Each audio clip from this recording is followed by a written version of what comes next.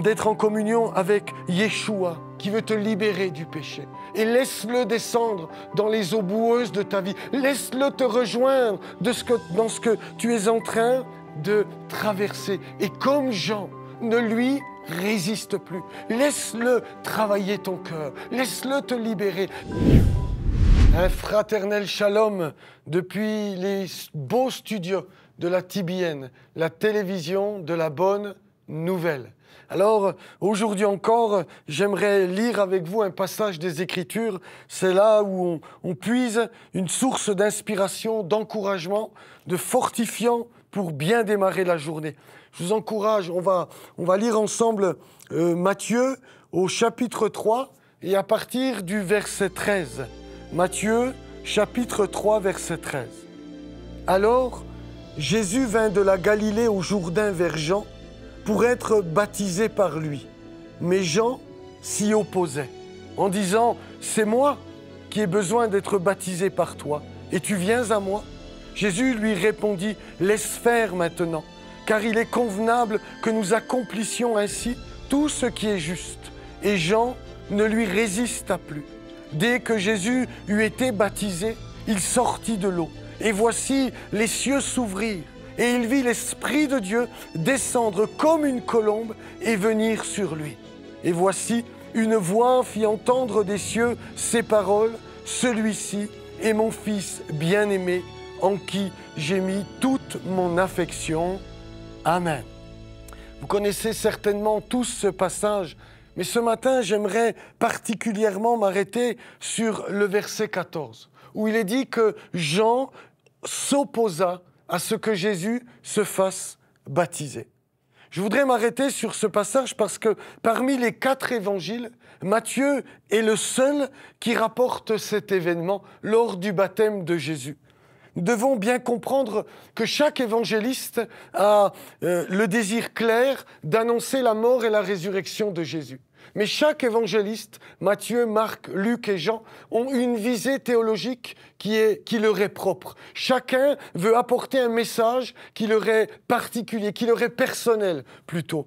Et Matthieu, selon la tradition, il n'y a pas lieu de ne pas croire à cela, c'est Eusèbe de Césarée dans Histoire ecclésiastique qui nous raconte que Matthieu va écrire son évangile et parce qu'il va s'en aller vers d'autres contrées. Et pour suppléer à sa présence, il va écrire cet évangile. Cet évangile qui est adressé à des Juifs qui sont malmenés. Certains ont abandonné la foi, mais Matthieu souhaite faire comprendre à ses auditeurs que Yeshua, Jésus, était bel et bien le Messie d'Israël.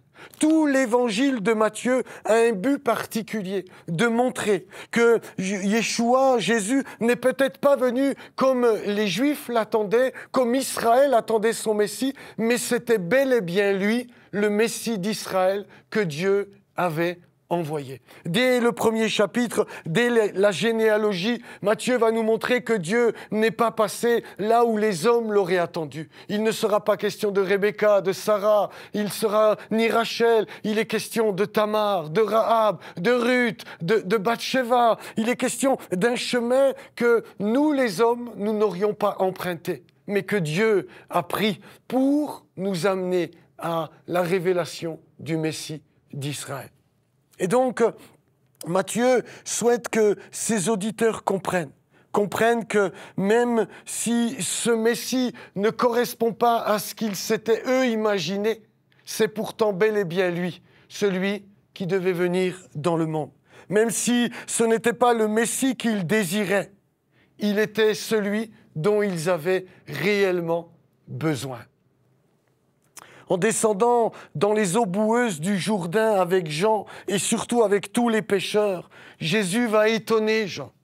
Jean, dans un premier temps, va s'y opposer, lui disant « Mais c'est moi qui ai besoin d'être baptisé par toi et tu viens à moi. C'est moi qui suis un pécheur. Toi, tu es le Saint d'Israël. Toi, tu es parfait. Comment est-ce possible que tu descends ?» Mais Jésus va lui répondre « Laisse faire ce qui est convenable, ce qui est juste, afin qu'on accomplisse la parole de Dieu. » Parce qu'effectivement, Alors que, eh bien, le texte nous apprend que le père de Jésus, eh bien, Joseph va être contrarié lorsqu'il apprend que son mari, sa fiancée, est enceinte. Un ange du Seigneur va le visiter. Et il est dit, comme il pensait à se séparer d'elle secrètement, un ange du Seigneur lui apparut en songe et dit, Joseph, fils de David, ne crains pas de prendre avec toi Marie, ta femme, car l'enfant qu'elle a conçu vient du Saint-Esprit. Elle enfantera un fils et tu lui donneras le nom de Jésus.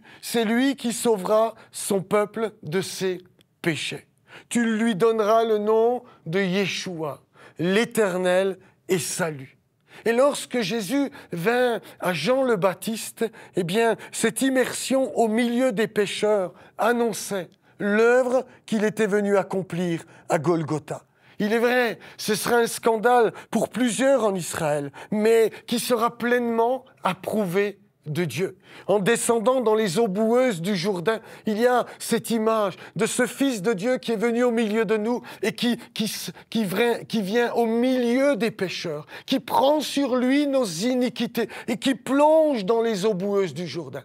Mais comme nous l'avons lu comme vous l'avez lu avec moi, eh bien, il est dit que lorsque Jésus sortit de l'eau, eh bien, le ciel s'est ouvert.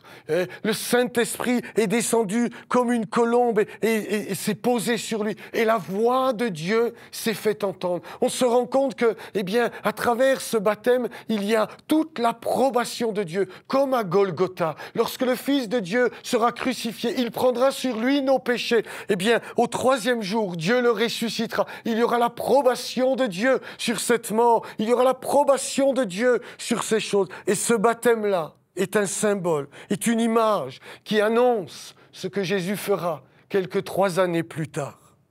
Nous devons bien saisir cela, frères et sœurs. Jésus, Yeshua, l'Éternel et salut, est d'abord venu pour libérer du péché, car c'est de cela dont nous avons réellement besoin. L'esclavage du péché nous rend inaptes et inefficaces dans le service du Seigneur. Vous qui peut-être êtes désireux de marcher avec Dieu, de servir le Seigneur, vous devez tous bien comprendre que sans ce travail du Saint-Esprit qui vient nous libérer de nous-mêmes, du péché qui habite nos cœurs, eh bien, il ne peut pas nous amener plus loin avec lui. Il ne peut pas, eh bien, nous utiliser comme il l'aimerait. Il faut d'abord que le Seigneur fasse une œuvre de libération dans nos propres cœurs. Combien de fois, frères et sœurs, amis qui nous écoutez, combien de fois nous nous sommes opposés à Jésus sans le savoir. Nous attendions d'autres choses de sa part. Il désirait, lui, nous libérer de notre péché. Mais nous, eh bien, nous voulions être libérés de certaines situations, de certaines contraintes. Nous cherchions à éviter ce qui vient contrarier nos vies. Tandis que le Seigneur utilise ces situations pour nous montrer qui nous sommes, pour nous montrer combien nous avons besoin de lui, pour nous montrer que ce qu'il veut faire en priorité, c'est nous libérer de nous-mêmes. Parce que très souvent, nous les hommes, vous savez, on accuse les uns et les autres. Lorsqu'Adam et Ève ont péché dans le jardin d'Éden et que Dieu s'est approché d'Adam, eh bien, cet homme a accusé sa femme. Il a dit, c'est pas moi, c'est la femme que tu as mise à côté de moi. Et elle s'est mise à accuser le serpent, c'est pas moi, c'est le serpent. Et en réalité, on a énormément de mal à, eh bien, venir devant Dieu tel que nous sommes. Et dire, Seigneur, j'ai besoin que tu me libères de moi-même. Mon premier ennemi, c'est moi. C'est pas ma femme, c'est pas mon patron, c'est pas mon collègue de travail, c'est pas ceux qui m'entourent. Avant toute chose, ça ne veut pas dire que les uns et les autres ne nous créent pas des problèmes, c'est pas ce que je dis, mais je crois que avant toute chose, notre problème, c'est nous-mêmes. Et c'est de nous-mêmes que le Seigneur, eh bien, veut nous délivrer. Et alors que, eh bien, tu vis aujourd'hui peut-être certaines situations, ne cherche rien d'autre qu'être en communion avec Jésus. Ne cherche rien d'autre que, eh bien, d'être en communion avec Yeshua, qui veut te libérer du péché. Et laisse-le descendre dans les eaux boueuses de ta vie. Laisse-le te rejoindre dans ce que tu es en train de traverser. Et comme Jean, ne lui résiste plus. Laisse-le travailler ton cœur. Laisse-le te libérer. Ce matin, alors que tu es en train d'écouter cette vidéo, laisse le Saint-Esprit venir te montrer que c'est de toi-même qu'il veut te libérer. C'est de toi-même qu'il veut t'affranchir. Jésus veut descendre dans les eaux boueuses de ta vie. Il veut te rejoindre. Il n'a pas peur de venir là où tu te trouves. Il n'a pas peur de venir dans ta situation, quelle qu'elle soit, le mensonge, l'adultère, la pornographie. Jésus s'approche de toi et il veut te libérer. Ne lui résiste pas, n'accuse pas les autres. Reconnais que tu as besoin de ce salut glorieux et même merveilleux. Parce que quand tu auras reconnu ces choses, quand tu ne lui résisteras plus, alors, de la même manière que le ciel s'est ouvert sur les eaux du Jourdain, le ciel s'ouvrira sur ta vie. Le Saint-Esprit viendra faire une œuvre de libération et la voix de Dieu te fera savoir que tu es son fils, que tu es celui qu'il aime. L'approbation de Dieu t'accompagnera. Laisse Yeshua venir te rejoindre dans les eaux boueuses de ta vie pour te libérer de ton péché.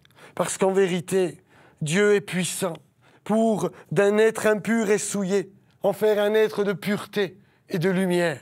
D'un être inquiet et angoissé, il peut faire de toi un homme, une femme paisible et apaisé en toutes circonstances. D'un homme qui était violent et plein de haine, il peut en faire un être doux. D'un avare, un prisonnier de l'argent, il peut en faire un être généreux. Le Dieu que nous prêchons, le Dieu de la Bible, est ce Dieu qui est venu nous libérer, changer nos existences. L'apôtre Paul, en écrivant 1 Timothée au chapitre 1er, verset 15, va dire ceci. C'est une parole certaine et entièrement digne d'être reçue que Jésus-Christ est venu dans le monde pour sauver les pécheurs, dont je suis le premier. Jésus-Christ est venu dans le monde pour te libérer, pour te faire triompher, pour t'accorder la victoire. Laisse-le te rejoindre ce matin. Laisse-le te rejoindre aujourd'hui dans ta boue et le ciel s'ouvrira. Ne lui résiste pas. Ne cherche pas d'excuses. Sois vrai devant Dieu. Le Saint-Esprit descendra et l'approbation de Dieu sera sur ta vie. Oh, que tout homme, toute femme, esclave de son péché, de ses erreurs, de ses manquements, ne tombe pas dans trop d'accusations, qu'il laisse Jésus s'approcher et venir le libérer. C'est le message que Matthieu veut nous faire comprendre. Ce n'était pas le Messie qu'ils attendaient, mais c'était le Messie dont ils avaient réellement besoin. Tu as besoin de Yeshua, du Sauveur, qui te libère, qui t'affranchit et qui t'amène au large pour que tu retrouves la faveur de Dieu sur ta vie. Soyez bénis, soyez visités et que la grâce et la paix soient sur chacun d'entre vous au nom de Yeshua le Messie. Amen.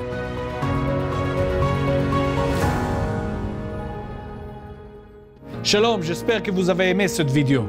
Abonnez-vous pour ne pas rater nos programmes. Merci de faire partie de notre famille TBN.